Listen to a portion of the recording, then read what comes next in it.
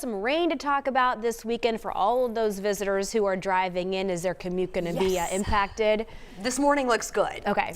It's tonight that we're going to see a bulk of the rain with the system, but remember that new drought monitor came out on Thursday, and a lot of central Indiana actually got upgraded to almost severe drought conditions. So we really could use the rain. I know it will put a bit of a damper on some of our plans later tonight, but as I mentioned, this is a good thing for us here in central Indiana. Clouds have been rolling in during the overnight, really kept these temperatures steady in the low 40s so far during the overnight hours. So as you wake up, head out the door this morning, it's not going to be as cold.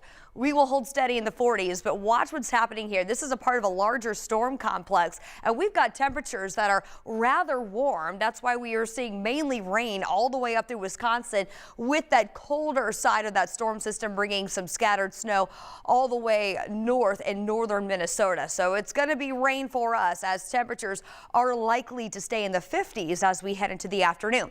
And as far as the timeline of the heaviest of the rain, really anticipating that holding off until later tonight. So for Colts tailgate, going through that noon hour, we're going to rebound back to about 51 at that point, all the way to the mid 50s with a mostly cloudy sky through 3 p.m.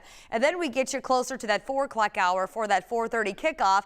Yes, we know the roof will be open, or I should say closed, in Lucas Oil Stadium because of that threat of rain moving in this evening. We'll drop back through the 50s through 7 p.m.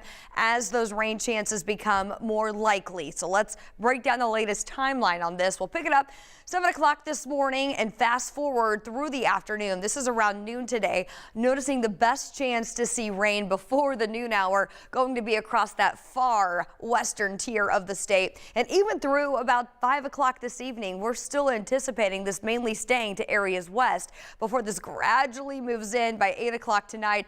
That's when it does look like that better chance for the widespread rain to take back over.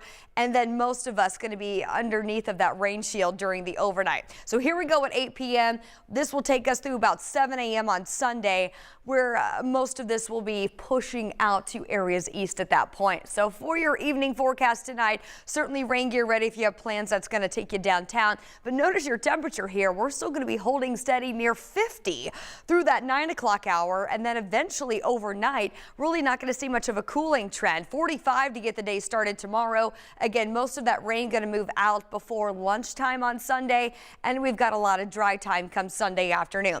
Here we go at 2 o'clock in the afternoon. Eventually by 6 p.m. we'll actually see the sky clearing a little bit.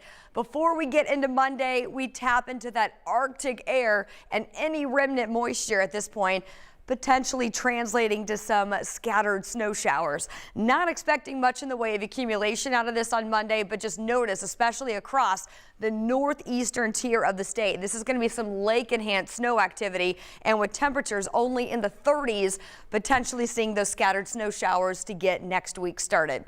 34 as sun returns on Tuesday, and then we warm back through the 40s. That next rain chance coming in next Friday.